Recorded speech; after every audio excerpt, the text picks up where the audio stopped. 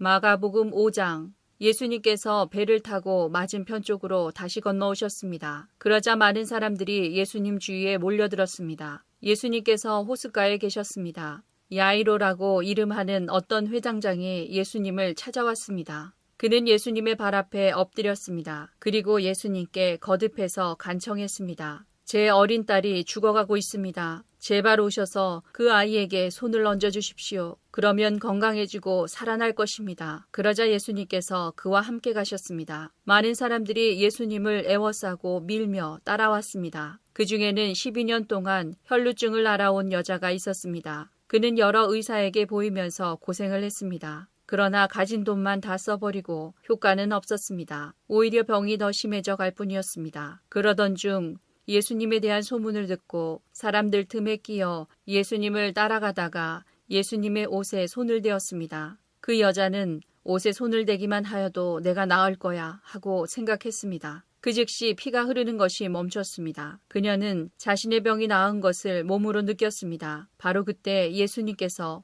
자신에게서 능력이 나가는 것을 느끼셨습니다. 그래서 돌아서서 물으셨습니다. 누가 내 옷을 만졌느냐? 제자들이 말했습니다. 사람들이 에워싸고 밀치고 있는데 누가 손을 대었다고 말씀하십니까? 그러나 예수님께서는 손을 댄 여자를 찾으려고 둘러보셨습니다. 여자는 자기에게 일어난 일을 알고서 두려워 떨었습니다. 여자는 예수님의 발 앞에 엎드려 절하며 모든 사실을 말씀드렸습니다. 예수님께서 여자에게 딸아, 내 믿음이 너를 낫게 하였다. 안심하고 가거라. 그리고 건강하게 지내라 하고 말씀하셨습니다. 예수님께서 계속 말씀하고 계실 때 회당장의 집에서 사람이 와 회당장에게 말했습니다. 따님이 죽었습니다. 왜 예수님을 계속 번거롭게 하십니까? 그러나 예수님께서는 이 말을 무시하시고 회당장에게 두려워 말고 믿기만 하여라 하고 말씀하셨습니다. 예수님께서는 베드로와 야고보 그리고 야고보의 동생인 요한 외에는 아무도 따라오지 못하도록 하셨습니다.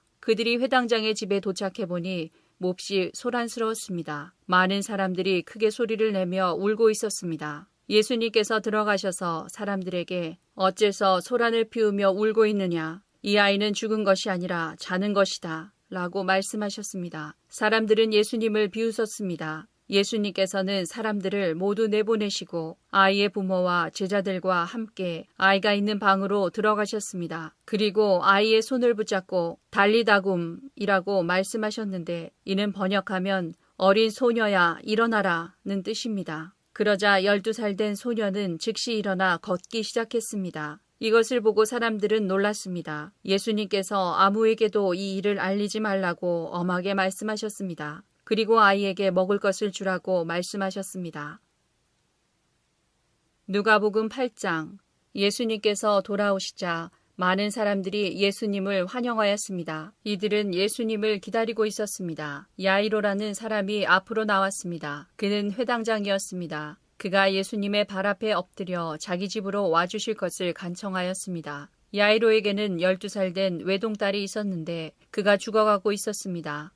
예수님께서 야이로의 집으로 가시는데 많은 사람들이 예수님께 바짝 붙어서 밀어댔습니다. 그 중에는 12년 동안이나 혈루증을 앓고 있던 여자가 있었습니다. 의사에게 많은 돈을 썼지만 그 누구도 그 병을 고칠 수가 없었습니다. 그가 예수님 뒤로 와서 옷깃을 만졌습니다. 그러자 즉시 피가 그쳤습니다. 예수님께서 말씀하셨습니다. 누가 나를 만졌느냐? 사람들은 모두 만지지 않았다고 말하였습니다. 베드로가 말했습니다. 선생님, 많은 사람들이 애워싸면서 밀어대고 있습니다. 예수님께서 말씀하셨습니다. 누군가 나를 분명히 만졌다. 내게서 능력이 나간 것을 안다. 숨길 수 없다는 것을 안 그 여자는 떨며 나와 예수님 앞에 엎드렸습니다. 그리고 사람들 앞에서 왜 자기가 예수님을 만졌는지 또 어떻게 즉시 병이 나았는지를 말씀드렸습니다. 예수님께서 그에게 말씀하셨습니다. 딸아, 내 믿음이 너를 구원하였다. 평안히 가거라. 예수님의 말씀이 끝나기도 전에 회당장의 집에서 온 어떤 사람이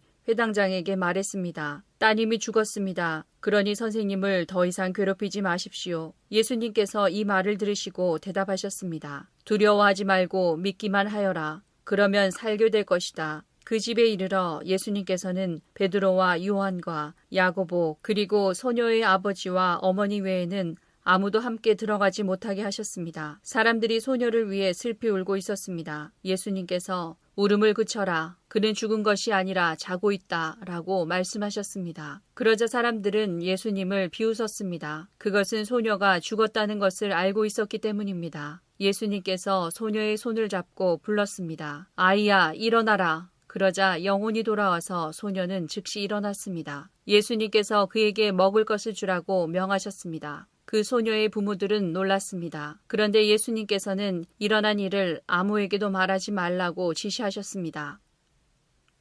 마태복음 13장. 예수님께서 고향에 가셔서 유대인의 회당에서 사람들을 가르치셨습니다. 사람들은 놀라서 말했습니다. 이 사람이 이러한 지혜와 기적을 베푸는 힘을 어디서 얻었을까? 이 사람은 목수의 아들이 아니냐? 그의 어머니는 마리아이고 동생들은 야고보, 요셉, 시몬, 그리고 유다가 아니냐? 그리고 그의 누이들도 우리와 함께 있지 않은가? 그런데 이 사람이 이런 모든 것들을 어디서 터득했을까? 그들은 예수님을 믿으려고 하지 않았습니다. 예수님께서 그들에게 말씀하셨습니다. 예언자는 자기 고향이나 자기 집에서는 존경을 받지 못하나 거기 외에는 어디서나 존경을 받는다. 사람들이 믿지 않았기 때문에 예수님께서는 그곳에서 기적을 많이 베풀지 않으셨습니다.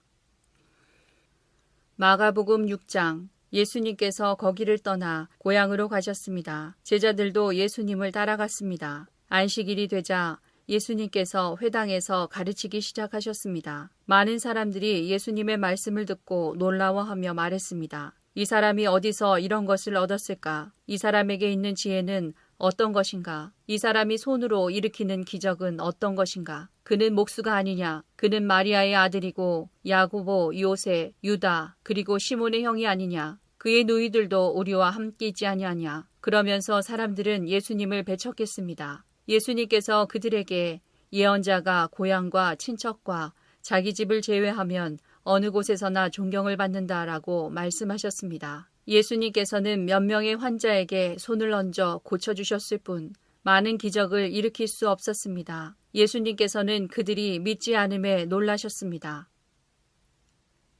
마태복음 9장. 예수님께서 모든 성읍과 마을을 두루 다니셨습니다. 예수님께서는 유대인의 회당에서 가르치기도 하셨고 하나님 나라에 대한 기쁜 소식을 전하기도 하셨습니다. 그리고 온갖 질병과 고통을 치료해 주셨습니다. 예수님께서는 사람들을 불쌍히 여기셨습니다. 그것은 사람들이 마치 목자 없는 양처럼 내팽개쳐져 고통을 당하고 있었기 때문입니다. 예수님께서 제자들에게 말씀하셨습니다. 추수할 것은 넘쳐나는데 일꾼이 적구나. 그러므로 추수할 밭의 주인에게 간청하여 일꾼들을 추수할 밭으로 보내달라고 하여라. 마가복음 6장. 그 후 예수님께서 마을을 두루 다니시며 가르치셨습니다. 마태복음 10장. 예수님께서 12명의 제자를 부르셨습니다. 그리고 제자들에게 더러운 영을 쫓고 모든 병과 허약함을 치료하는 권능을 주셨습니다.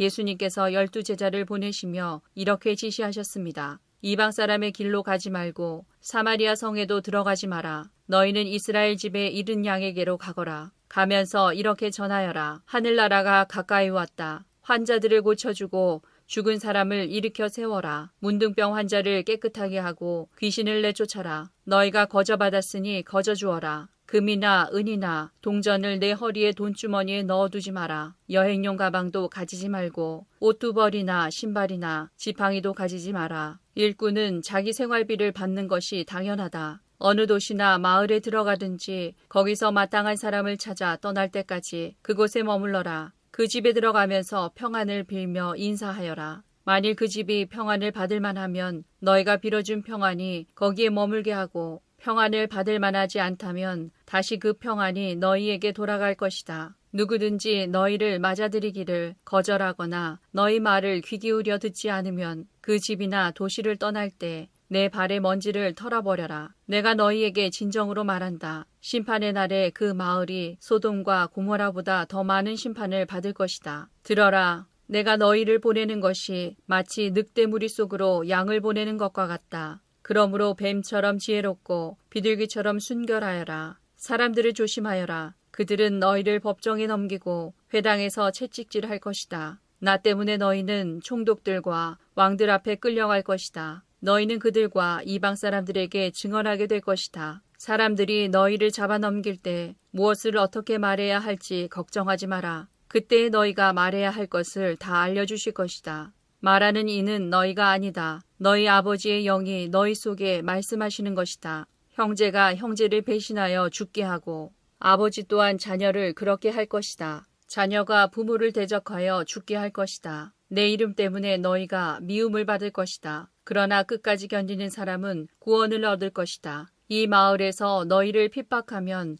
다른 마을로 피하여라. 내가 진정으로 너희에게 말한다. 너희가 이스라엘 모든 마을을 다 다니기 전에 인자가 올 것이다. 제자가 스승보다 높지 않고 종이 주인보다 높지 않다. 제자가 스승만큼 되고 종이 주인과 같이 된다면 더 바랄 것이 없다. 그들이 집주인을 바알세불이라고 불렀으니 그 가족들을 부를 때는 얼마나 심한 말로 부르겠느냐. 그러므로 사람들을 두려워하지 마라. 덮였던 것은 모두 벗겨질 것이고 감추어졌던 것은 다 알려질 것이다. 내가 어두운 데서 말한 것을 너희는 빛 가운데서 말하여라. 너희가 귓속말을 들은 것을 지붕 위에서 외쳐라. 몸은 죽일 수 있으나 영혼은 죽일 수 없는 사람들을 두려워 마라. 영혼과 몸을 모두 지옥에 던져 멸망시킬 수 있는 분을 두려워하여라. 참새 2마리가 동전 1개에 팔리지 않느냐. 그러나 너희 아버지가 아니고서는 한 마리도 땅에 떨어질 수 없다. 심지어 너희 머리카락의 수까지도 하나님은 아신다. 그러므로 두려워 마라. 너희는 참새 여러 마리보다 훨씬 더 귀하다. 누구든지 사람들 앞에서 나를 인정하는 사람은 나도 하늘에 계신 나의 아버지 앞에서 그를 인정할 것이다. 그러나 누구든지 사람들 앞에서 나를 모른다고 하면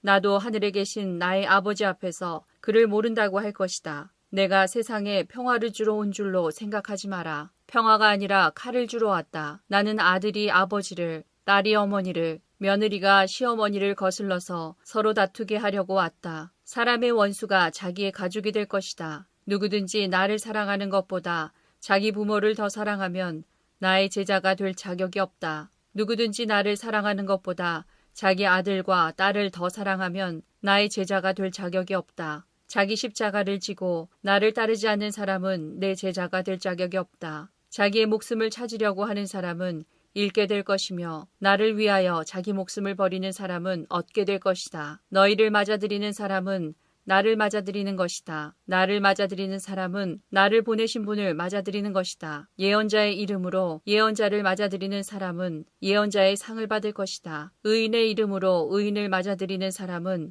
의인의 상을 받을 것이다. 내가 진정으로 말한다. 제자의 이름으로 보잘것없는 사람에게 냉수 한 잔이라도 주는 사람은 반드시 하늘나라에서 상을 받을 것이다. 마태복음 11장. 예수님께서 12 제자들에게 지시하시기를 마치시고 여러 마을에서 가르치고 전도하기 위해 그곳을 떠나셨을 때의 일입니다. 마태복음 14장. 그때 헤롯 왕이 예수님에 대한 소식을 들었습니다. 헤롯이 신하들에게 말했습니다. 이 사람은 세례자 요한이다. 그가 죽었다가 다시 살아난 것이 틀림없어. 그 사람에게서 기적이 나타나는 것도 바로 이 때문일 거야. 마가복음 6장. 예수님께서 12 제자를 불러 2사람씩 보내기 시작하셨습니다. 그리고 그들에게 더러운 귀신을 쫓는 권세를 주셨습니다. 예수님께서 제자들에게 명하기를 여행할 때는 지팡이 외에 아무것도 가지고 다니지 말고 빵이나 가방도 가지지 말며 주머니에 돈도 넣고 다니지 말라고 하셨습니다. 또한 신만 신고 옷도 2벌씩 갖지 말라고 하셨습니다. 예수님께서 이어서 말씀하셨습니다. 어느 집에 들어가든지 마을을 떠날 때까지 거기 머무르도록 해라. 너희를 받아들이지 않거나 말씀에 귀를 기울이지 않으면 그곳에서 나올 때 신발에 묻은 먼지를 털어버려서 그들에게 증거로 삼아라. 제자들은 가서 사람들에게 회개하라고 전하였습니다.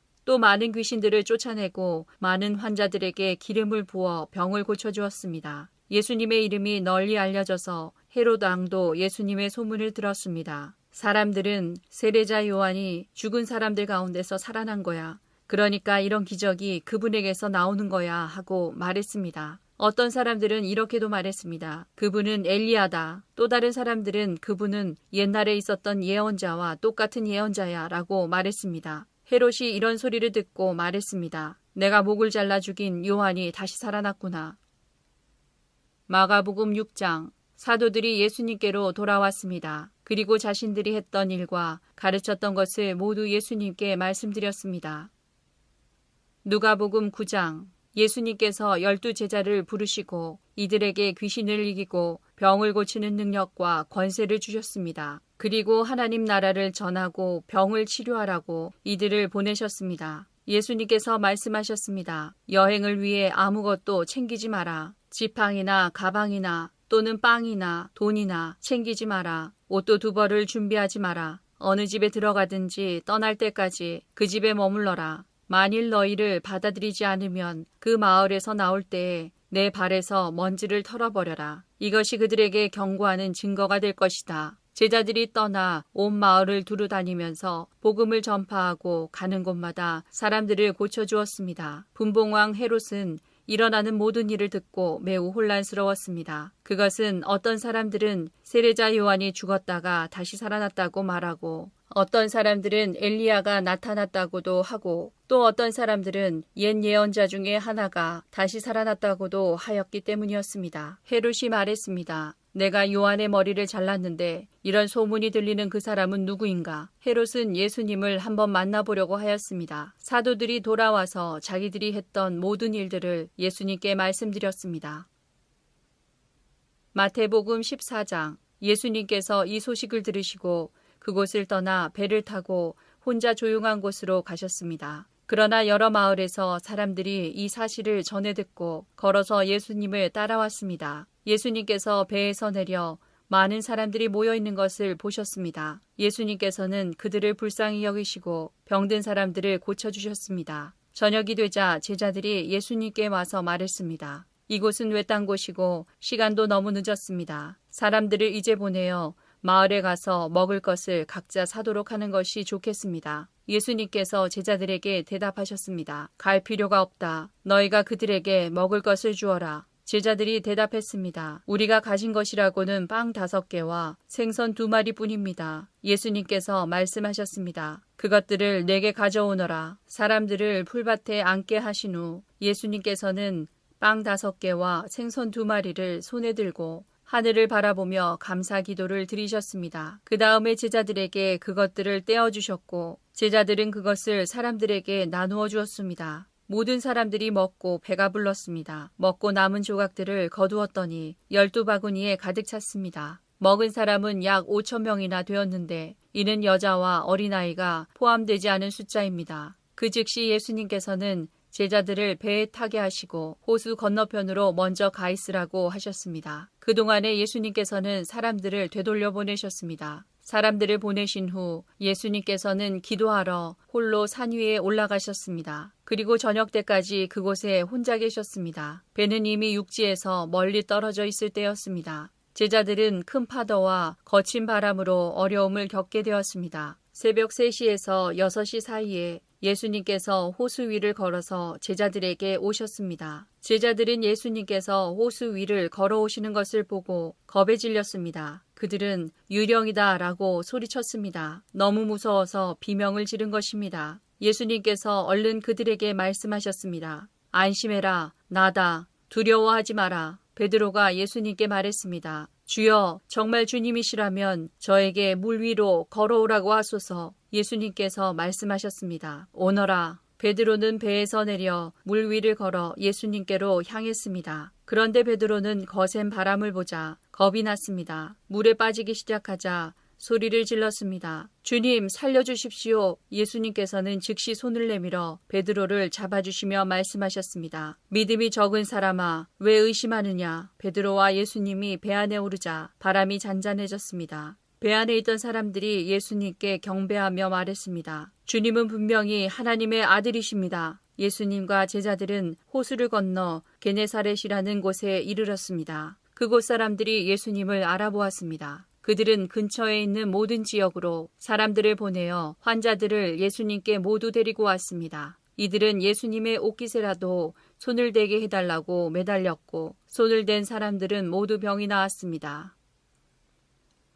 마태복음 15장. 그때 몇몇 바리새파 사람과 율법학자들이 예루살렘으로부터 예수님께 와서 물었습니다. 당신의 제자들은 어째서 장로들이 우리에게 전하여 준 법을 지키지 않습니까? 당신의 제자들은 음식을 먹기 전에 손을 씻지 않습니다. 예수님께서 이들에게 대답하셨습니다. 너희는 어째서 장로들의 전통을 지키려고 하나님의 명령을 지키지 않느냐? 하나님께서는 내 아버지와 어머니를 공경하라고 말씀하셨다. 또한 아버지나 어머니를 욕하는 사람은 반드시 죽으리라고 말씀하셨다. 그런데 너희는 아버지나 어머니에게 드리려던 것을 하나님께 드렸다고 하면 자기 부모를 공경하지 않아도 된다라고 말하면서 너희 전통을 빌미로 하나님의 말씀을 무시하고 있다. 위선자들아, 이사야가 너희에 대해 예언한 것이 옳다. 이 백성들이 입술로는 나를 공경하나 마음은 내게서 멀구나. 헛되이 내게 예배를 드리고 사람의 훈계를 교리인 양 가르친다. 예수님께서 사람들을 불러 모으시고 말씀하셨습니다. 너희는 듣고 깨달아라.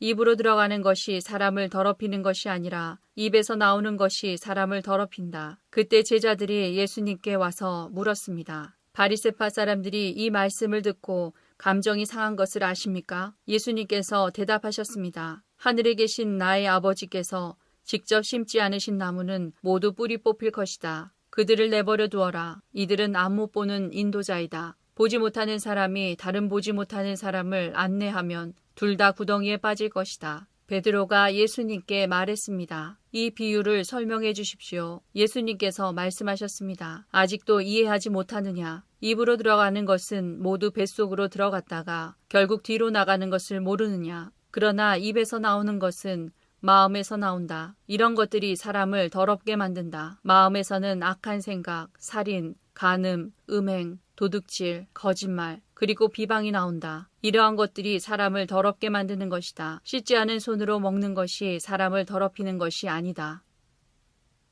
마가복음 6장.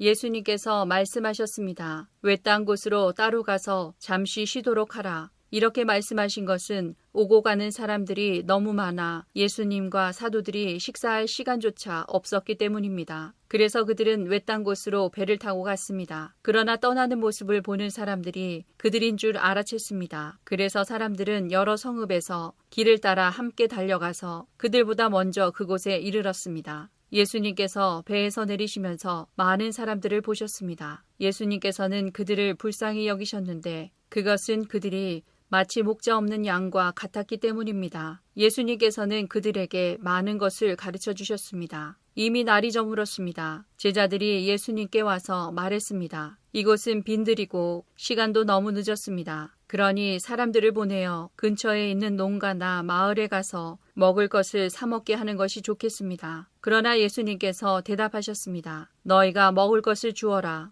그들이 예수님께 말했습니다. 그러면 우리가 가서 200데나리온어치의 빵을 사서 먹이라는 말씀이십니까? 예수님께서 그들에게 물으셨습니다. 너희가 가진 빵이 얼마나 되는지 가서 알아보아라. 그들이 알아보고 나서 말했습니다. 빵 5개와 생선 2마리가 있습니다. 예수님께서 사람들에게 무리를 지어서 풀밭에 앉으라고 하셨습니다. 사람들은 100명 혹은 50명씩 때를 지어 앉았습니다. 예수님께서 빵 5개와 생선 2마리를 들고 하늘을 우러러 보시며 감사기도를 드리셨습니다. 그리고 제자들에게 빵을 떼어서 나누어 주도록 했습니다. 그리고 생선 2마리도 나누어 주셨습니다. 모든 사람들이 배불리 먹었습니다. 제자들은 12광주리에 남은 빵 조각과 물고기를 거두어 드렸습니다. 빵을 먹은 남자 어른은 5,000명이었습니다. 예수님께서 제자들에게 배를 타고 호수 건너편에 있는 벳세다로 먼저 가 있으라고 말씀하셨습니다. 그동안에 예수님께서는 사람들을 집으로 보내셨습니다. 사람들을 보내신 후 예수님께서는 기도하러 산에 올라가셨습니다. 밤이 되었는데 배는 여전히 호수 위에 있었고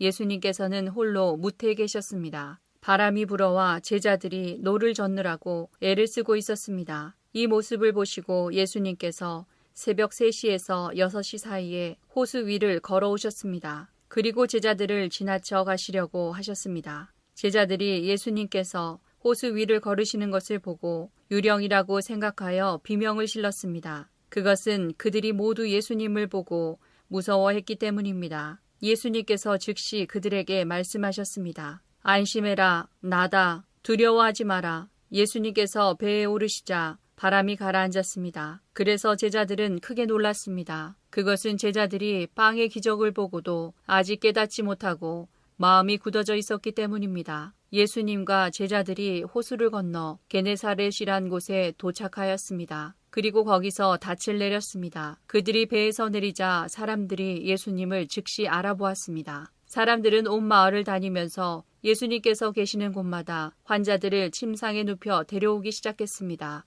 예수님께서 마을이든 읍내이든 농촌이든 어디에 가시든지 사람들은 병자들을 시장에 데려다 놓고 예수님의 옷깃이라도 만질 수 있도록 간청했습니다. 예수님을 만진 사람들은 모두 병이 나았습니다.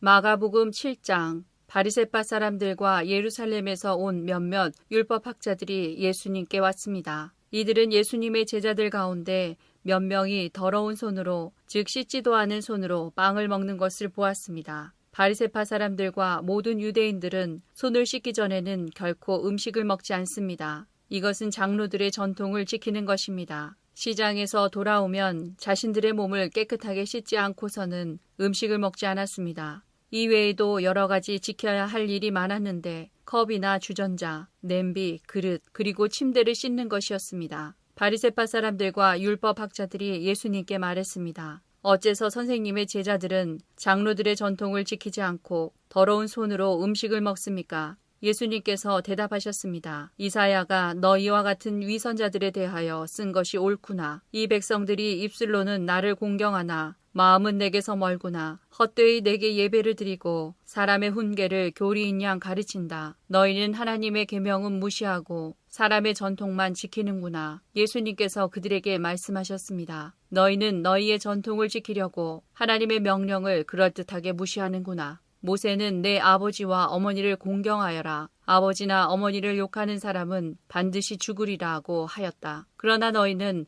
아버지나 어머니에게 드리려던 것이 고르반, 즉 하나님께 드리는 예물이 되었다고 하면 그만이라고 한다. 그래서 자기 아버지나 어머니에게 아무것도 드리지 못하게 한다. 그러므로 너희는 너희들의 전통으로 하나님의 말씀을 깨트리고 있다. 너희는 이와 같은 일을 많이 하고 있다. 예수님께서 사람들을 다시 불러서 말씀하셨습니다. 너희 모두 내 말을 듣고 깨달아라. 무엇이든지 사람 밖에서 몸속으로 들어가 사람을 더럽히는 것은 아무것도 없다. 사람에게서 나오는 것이 사람을 더럽힌다. 예수님께서 사람들과 헤어져 집에 들어오시자 제자들이 이 비유에 대해 물었습니다. 예수님께서 말씀하셨습니다. 너희는 아직도 깨닫지 못하겠느냐? 바깥에서 사람 속으로 들어가는 것이 사람을 더럽히지 못한다는 것을 깨닫지 못하느냐? 그것은 사람의 마음속에 들어가는 것이 아니라 배로 들어가서 뒤로 나간다. 그러므로 예수님께서는 모든 음식이 깨끗하다고 선언하셨습니다.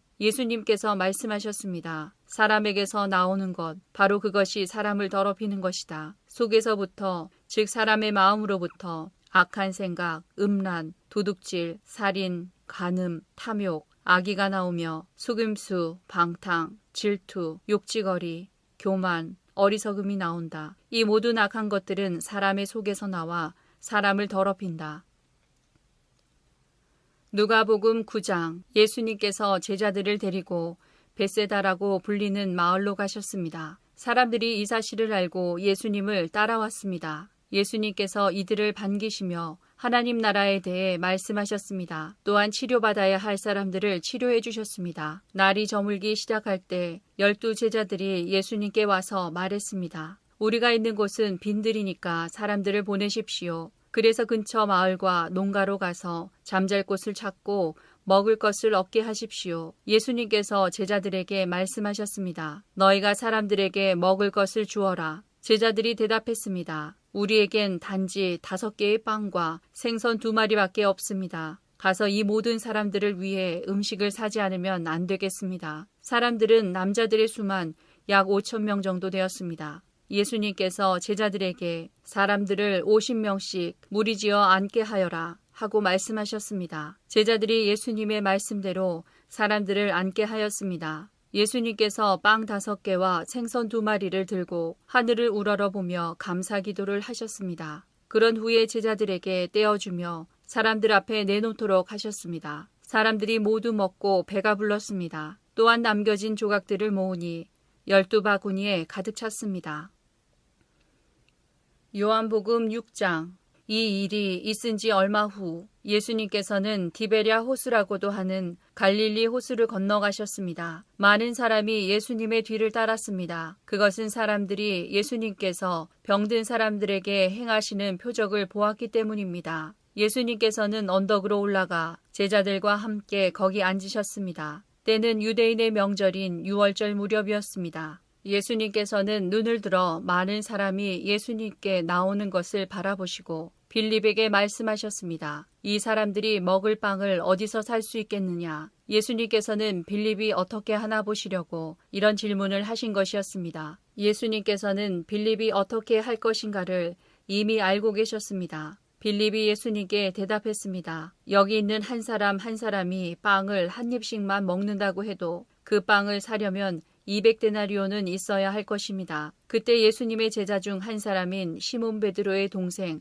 안드레가 말했습니다. 여기 사내아이 하나가 가지고 온 작은 보리빵 5개와 작은 물고기 2마리가 있습니다. 하지만 이것만 가지고 이렇게 많은 사람을 어떻게 먹이겠습니까? 예수님께서 말씀하셨습니다. 사람들에게 앉으라고 하여라. 그것은 풀이 많은 곳이었습니다. 거기에 앉은 남자 어른의 수는 약 5,000명이었습니다. 그때 예수님께서는 빵을 가지고 하나님께 감사의 기도를 하신 후 그곳에 앉아있는 사람들에게 그들이 원하는 만큼 나눠주셨습니다. 예수님께서는 물고기를 가지고도 그렇게 하셨습니다. 사람들은 모두 실컷 먹었습니다. 식사가 끝났을 때 예수님께서 제자들에게 말씀하셨습니다. 먹고 남은 빵과 물고기를 다 모으고 하나도 버리지 마라. 그래서 제자들은 남은 음식들을 모았습니다. 보리빵 5개로 사람들이 먹고 남은 조각들이 큰 광주리로 12개나 되었습니다. 사람들은 예수님께서 행하신 표적을 보고 말했습니다. 이분은 세상에 오실 그 예언자가 틀림없다. 예수님께서는 사람들이 와서 자기를 강제로 데려다가 그들의 왕으로 세우려 한다는 것을 아셨습니다.